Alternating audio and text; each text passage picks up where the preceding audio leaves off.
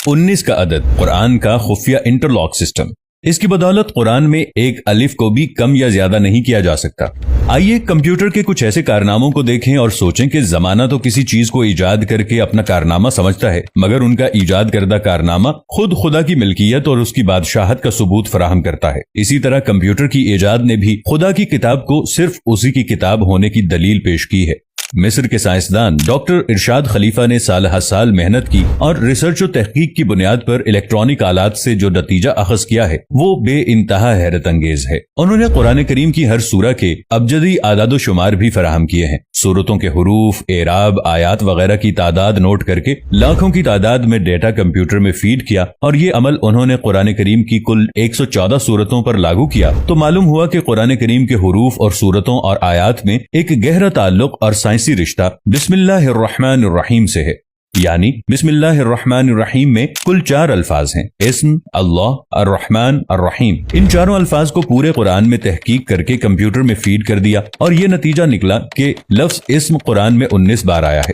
لفظ اللہ قرآن میں 2698 مرتبہ آیا ہے، الرحمن 57 بار آیا ہے، الرحیم 114 بار آیا ہے۔ ان چاروں الفاظ کی پوری تعداد 19 کے ہندسے سے منقسم ہو جاتی ہے۔ پورے قرآن میں ان چاروں الفاظ کی تعداد کسی جگہ بھی کم و بیش کر دی جائے تو اس لفظ کی تعداد 19 سے پوری طرح تقسیم نہیں ہوگی، اور یہ پتہ چل جائے گا کہ کسی نے ان الفاظ کے ساتھ قرآن میں تحریف کرنے کی ناپاک کوشش کی ہے۔ یعنی یہ ہندسہ 19 قرآنی کمپیوٹری نظام میں ایک انٹرلاک سسٹم ہے جو قرآن کے ان الفاظ میں، ان کی تعداد میں کسی بھی ہیرا پھیری کا پردہ فاش کر دے گا۔ کسی انسان کے وہم و گمان میں بھی یہ بات نہیں ہوگی کہ ایک ایسی مشین ایجاد ہوگی جو ثبوت پیش کرے گی کہ قرآن جیسی کتاب کو مافوق الفطرت کے علاوہ کوئی تخلیق نہیں کر سکتا۔ حضرت ابو بکر رضی اللہ عنہ فرماتے ہیں کہ ہر ایک کتاب میں ایک راز ہوتا ہے، اور قرآن کریم کا راز وہ حروف مقطعات ہیں جو الگ الگ پڑھے جاتے ہیں، جیسے الف لام میم ہا میم قاف نون وغیرہ۔ 19 کا یہ ہندسہ جس کے بارے میں ہم بیان کر رہے ہیں، یہ بذات خود قرآن حکیم کی لفظی ترکیبات کے اعجاز کا روشن ثبوت ہے، اور اس سے یہ سچائی سامنے آتی ہے کہ چاہے جیسی بھی جدید ترین مشین ایجاد کر لی جائے، وہ قرآن کی حقانیت کو بیان کرے گی، کیونکہ پورے قرآن مجید کے حروف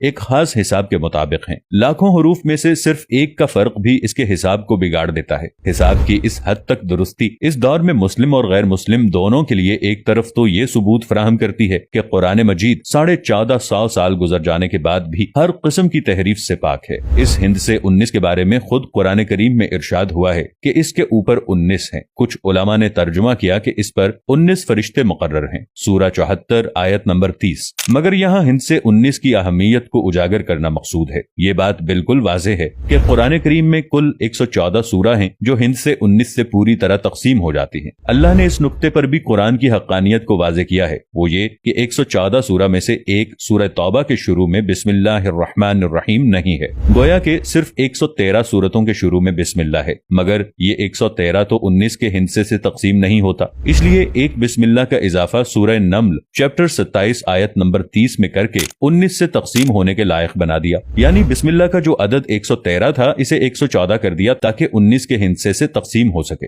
آج قرآن کے شیدائی اور مخالفین بھی اس سائنس و ٹیکنالوجی کے دور میں مختلف قسم کی سائنسی ریسرچ میں مشغول ہیں، اور اس بات کا ریاضی کی مدد سے حساب لگایا جا رہا ہے کہ یہ دیکھا جائے کہ قرآن مجید میں کون کون سے الفاظ، کلمات، حروف اور اعراب کتنی بار آئے ہیں اور کیوں آئے ہیں، ان میں کیا حکمت ہے۔ مثال کے طور پر یہ بات دریافت کی جا رہی ہے کہ قرآن مجید کی جن سورتوں کے شروع میں حروف مقطعات آئے ہیں، ان حروف مقطعات کا ہر حرف اسی صورت میں یا تو 19 بار آیا ہے یا اتنی مرتبہ ضرور آیا ہے کہ وہ نمبر 19 سے پوری طرح تقسیم ہو جائے۔ مثال کے طور پر قرآن مجید میں ہر جگہ قوم لوط کا استعمال کیا گیا ہے، مگر صرف ایک جگہ بجائے قوم لوط کے اخوان لوط کا استعمال کیا گیا ہے، اور یہ استعمال سورہ قاف نمبر 50 آیت نمبر 13 میں کیا گیا ہے، اور لوط کے بھائی اور ایکا والے اور بطا کی قوم نے بھی جھٹلایا۔ اگر قوم لوط کی جگہ اخوان لوط کا استعمال نہیں ہوتا تو ایک قوم لوط کی زیادتی کی وجہ سے 19 سے تعداد نہیں کٹتی۔ اس طرح خدا نے ہر جگہ الفاظ اور اعراب وغیرہ کو انٹرلاکنگ سسٹم سے جوڑ رکھا ہے، ورنہ سورہ قاف میں